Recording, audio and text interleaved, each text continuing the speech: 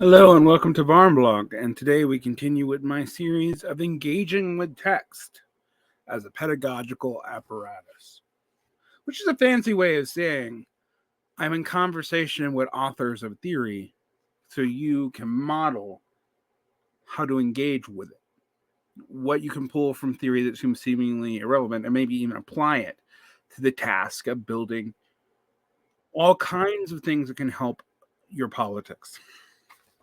Today, we're talking about Byung-Chul Han's Disappearance of Ritual. Han is an interesting character, a German philosopher of Korean birth, who really has been kind of instrumental in interrogating a lot of conceptions seemingly related to the left, but often not fully ensconced in contemporary leftist visions. I find his short works actually quite interesting and quite helpful. I'm going to be reading and engaging with them as I've been engaging with Michael Sandel, Jean Baudrillard, Christopher Lasch, and all kinds of other people. We're going to start dealing with classical Marxist texts too. Don't worry, I'm not all newfangled stuff all the time.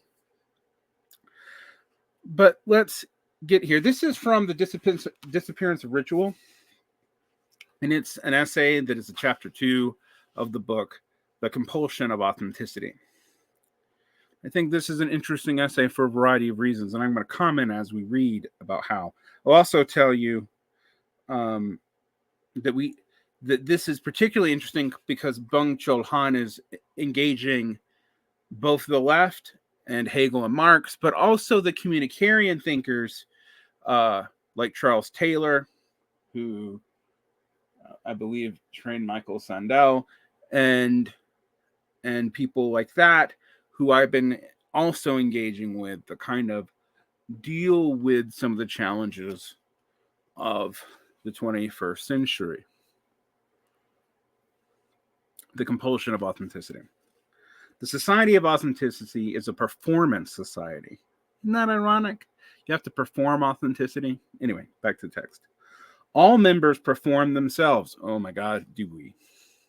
All produce themselves. Everyone pays homage to the cult of the self, the worship of the self, in which everyone is his or her own priest. Charles Taylor credits the modern cult of authenticity with moral force. Quote, being true to yourself means being true to my own originality, and that is something only I can articulate and discover. And articulating it, I am defining myself. I am realizing the potentiality that is properly my own. This is the background of understanding to the modern ideal of authenticity and the goal of self-fulfillment and self-realization in which it is usually couched. This is the background that gives moral force to the culture of authenticity, including its most degraded, absurd, and trivialized forms. And the footnote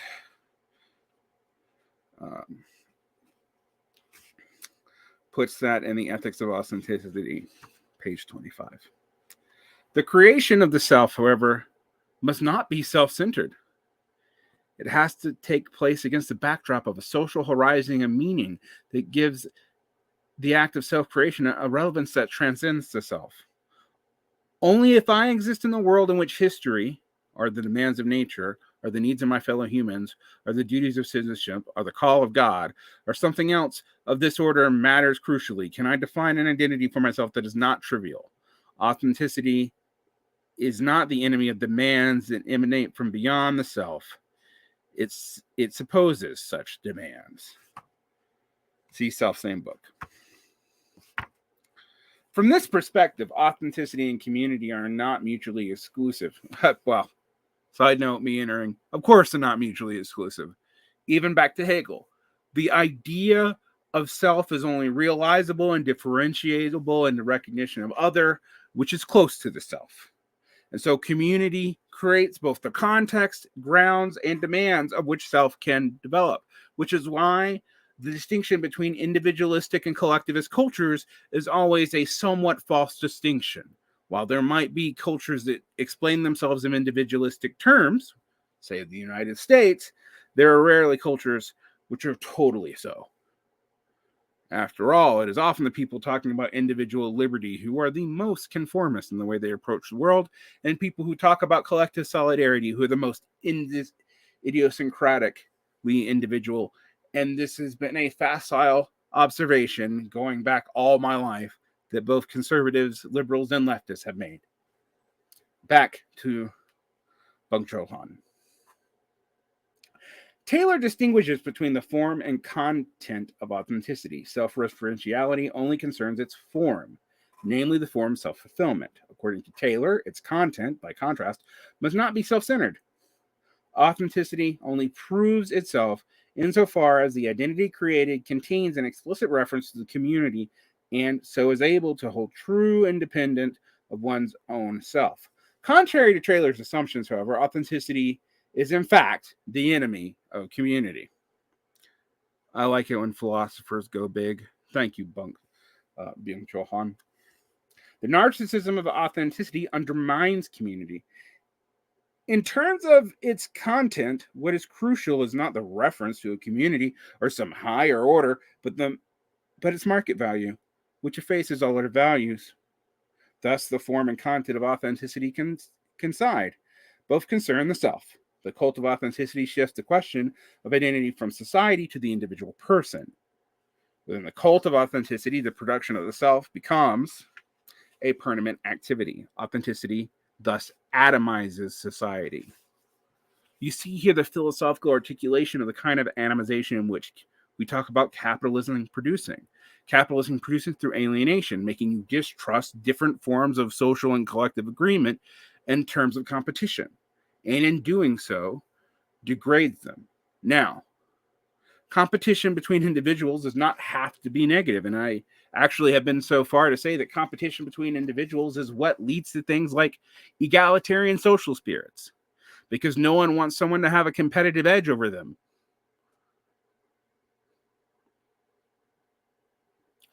But we have to admit that focusing on that alone is deleterious to any kind of collective agency.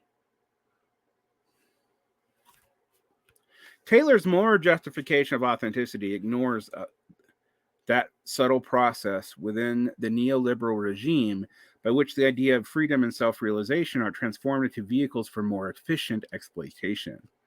The neoliberal regime exploits morality. Think about it. How much do you pay a premium to be a more moral consumer? And then if you reject that and talk about how there's no moral consumption over capitalism, you still engage sometimes even more capricious consumption. There's no win. Even acknowledging the broken rules of the game feeds into the game itself. Think about that. I have talked about that in terms of Baudrillard in the past as well.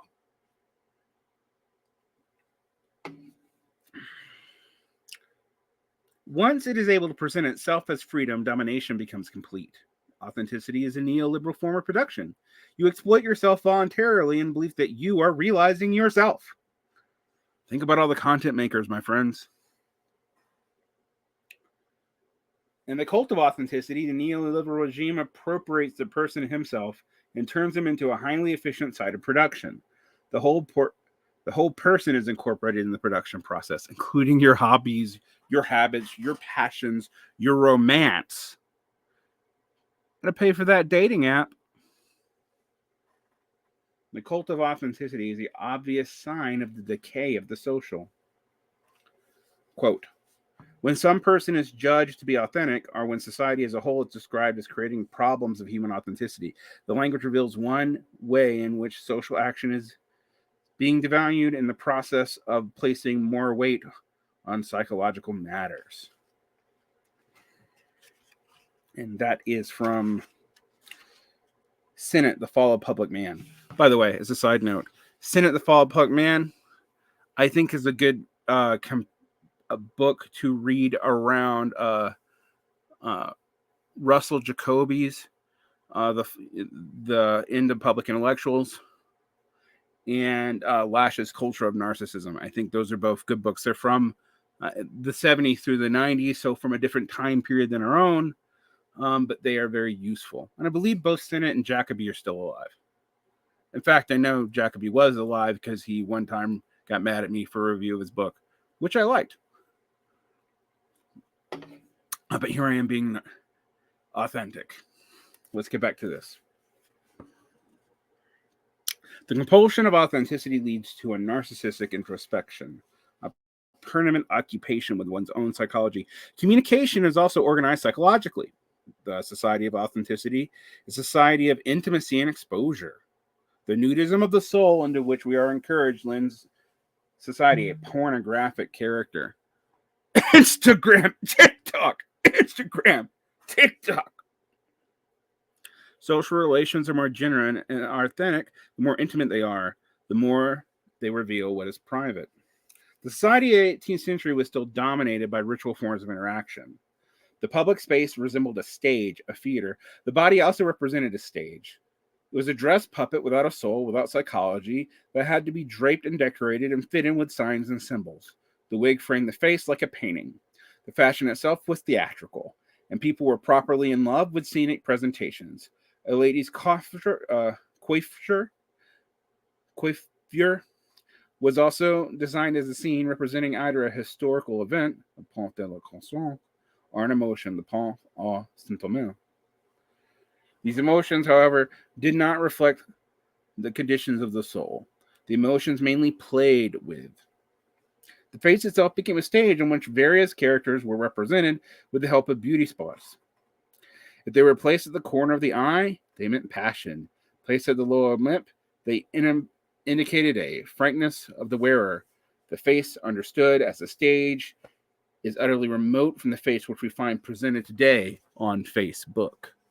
The 19th century discovered work and play became increasingly distrusted. There was now much more work than play. The world resembled a factory rather than a theater, and the culture of the theatrical presentation gave way to the culture of interiority. This development can also be seen in fashion. Stage costumes and ordinary clothes began to differ more and more. The theatrical element disappeared from fashion. Europeans started to wear work clothes. Neither an age taken itself with more portentous seriousness. Culture ceased to be played. Outward forms were no longer intended to give appearance. The fiction, if you like, of a higher idea mode of life.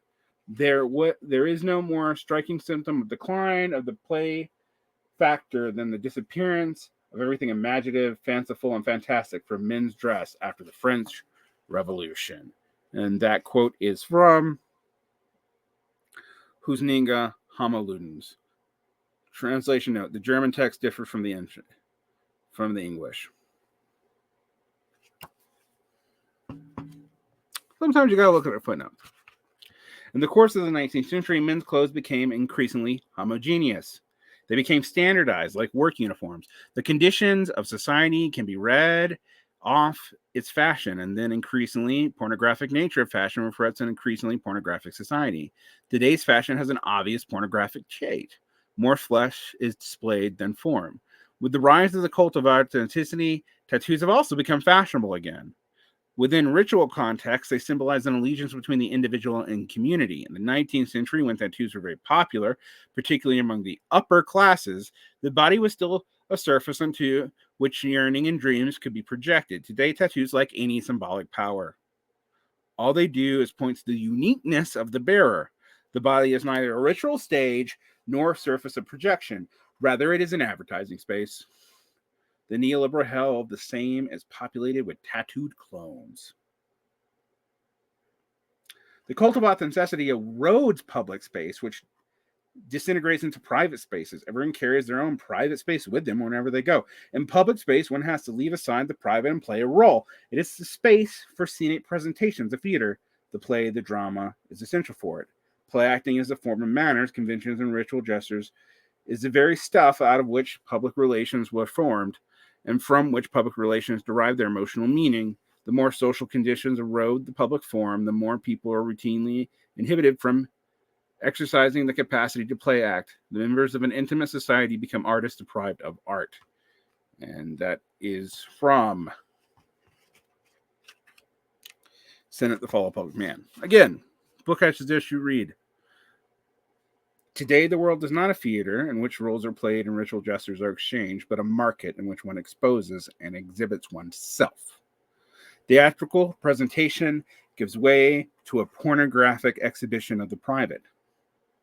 In fact, there is hardly any distinction between the public and private anymore. Sociability and politeness also make major contributions to this theatrical presentation. They place semblance of beauty and thus require a scenic theatrical distance. In the name of authenticity or genuineness, the semblance of beauty, the ritual gesture, is today discarded as something merely external. But genuineness is, in truth, crudeness and barbarity. The narcissistic code of authenticity is partly responsible for the increasing brutalization of society. We live in a culture of affect, where ritual gestures and manners decay, affect and emotions gain the upper hand. On social media, too, the scenic distance that is constitutive of the public sphere is reduced, and the result is an effective communication without distance. As a side note, is also one that decreases empathetic responses, causes dopamine addiction and other things that resemble depression, etc., etc., etc. I can go on about the social is here, but I'm sure people will go, okay, Boomer. Well, you can okay Byung-Chul Han me. The narcissistic cult of authenticity makes us blind to the symbolic force of forms, which exert its natural influence on emotion and thought. We may imagine a ritual turn that reestablishes the priority of forms. It would invent a relationship between inside and outside, spirit and body. The body moves the spirit, not vice versa. The body does not follow spirit. The spirit follows the body. We may also say the medium produces the message. Marshall McLuhan invoked once again. This is the force of ritual. External forms lead to internal change, thus ritual forms of politeness have mental effects. The semblance of beauty produces a beautiful soul, not vice versa.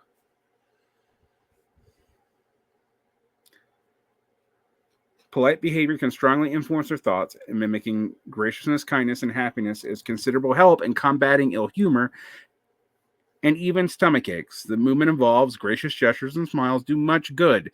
They exclude the possibility of contrary movements, which express rage, defiance, and sadness. This is why social activities, visits, formal occasions, and parties are so well liked. It is the chance to intimate happiness, and this kind of comedy certainly frees us from tragedy. No small accomplishment. That is also a quote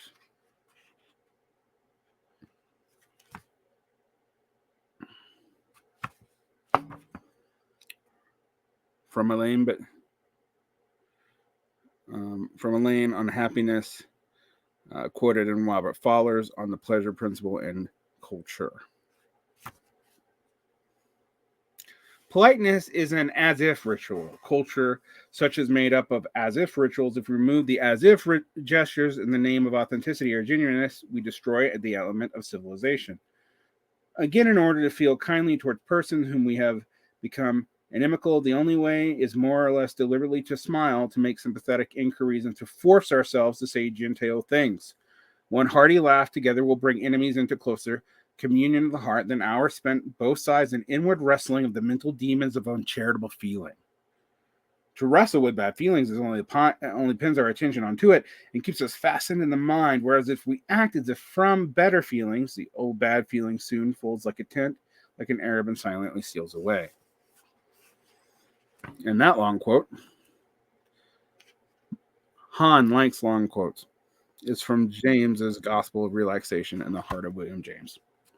A ritual politeness is not an expression of subjective feeling. It is an objective act. It resembles a magical invocation that produces a positive mental state. The culture of authenticity goes hand in hand with the distrust of ritualized forms of interaction. Only spontaneous emotion, that is, subjective state, is authentic. Behavior has been formed in some way, is degraded as inauthentic or superficial. In society of authenticity, actions are guided internally, motivated psychologically, whereas rituals society actions are determined by externalized forms of interaction. Rituals make the world objective. They mediate our relations to the world.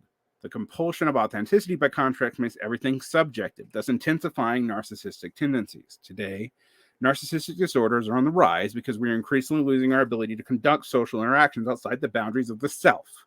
The narcissistic Homo psychologicus is captivated by itself, caught in an intricate inwardness. The result is a poverty in the world, with self circling around itself. Thus, Homo psychologicus falls into depression. In a culture of raging narcissism, playfulness disappears, and life loses its chauffeuriness and exuberance. The culture retreats from the Holy Spirit play. The compulsiveness of work and performance intensify as profanations of life. The holy seriousness of play gives way to the profane seriousness of works. Byung-Chul Han's Disappearance of Rituals. We're going to read more from that essay later. You'll notice a lot of themes that are emerging in what I'm reading to you, but it is the psychological effects of self-orientedness that come from the way we organize our political and social world. I've been emphasizing that separating the political and the economic and the cultural as purely epiphenomenal does not help us. Even the base superstructure metaphor, we have to remind ourselves that sumptuary laws and the rituals of the superstructure maintain the social relations of the base, which hold the economic production together. It is not merely the stuff we make that makes the world, but how we make it and how we prioritize what is made. And until you understand that, you cannot come up with axioms, guidelines, or heuristics to make more healthy the common political and social life. And indeed, if we ride the wave as given to us, we should expect to crash on these shores.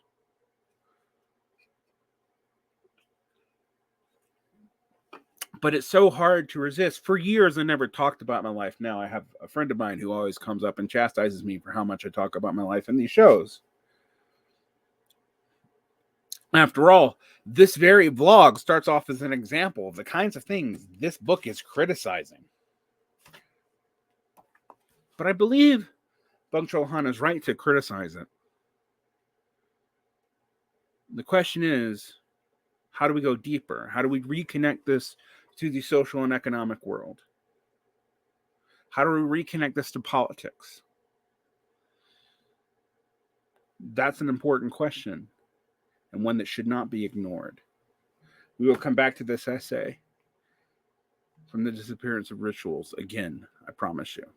With that, like and subscribe, hit the bell. If you want more or the audio versions of this, subscribe to my Patreon. I do a few of these a week and usually 1 or 2 interviews. You get my office a lot, low production values, but I will help you process these books. And I would also suggest looking at any reading material I'll put in the show notes. I tell you where to find the books, where I got my information from, and anything I might have referenced even kind of casually. I hope you've got something from this. Have a good rest of your day.